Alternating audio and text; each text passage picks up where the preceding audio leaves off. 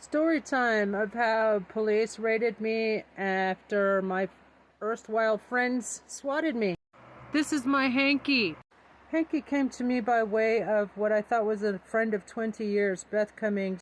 Her brother abandoned Hank in somebody's basement in California, so she drove up there and brought him to me, and she was so happy that Hanky had a safe home where he was loved and cherished.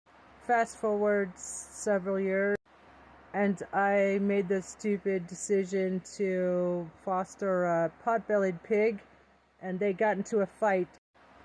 Hank got bitten in the penis, so it got infected or something. So I called a vet, or I got it. Her name was Dr. Inez Nogales Mobile Veterinary Clinic. She came and picked him up and performed a surgery. We had a cancer test done on him. It came out negative. We have the receipts. We have provided the receipts to the courts. So after a time, the wound reopens, and I called Dr. Inez and I sent her picture. She told us to put the cone back on. We were having a bit of a hard time keeping a cone on him because he was such a strong and healthy dog that he kept busting out of them. We spent hundreds of dollars on cones. Finally got one that he couldn't get off, and it came back with a vengeance. So I asked what I thought was a friend of 20 years, the person who helped me save and rescue this dog from her brother, who was neglecting and abusing Hank.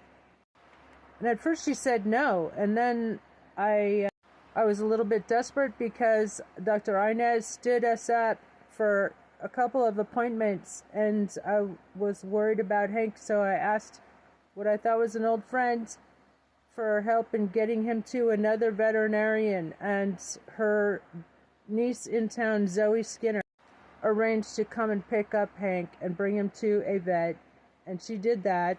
I explained to them both that it was a pig bite wound that was coming back with a vengeance, that he'd been to another vet, but they told authorities that I was not going to take him to the vet. Zoe lied to me and said that he had cancer and that he would only last a few days, that he was infested with maggots.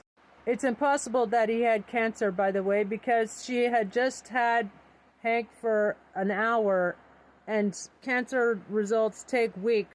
Zoe similarly told authorities that he had valley fever. Again, no test results. A second opinion, and for him to be returned with antibiotics. She and Beth put him down without my informed consent, which is a crime.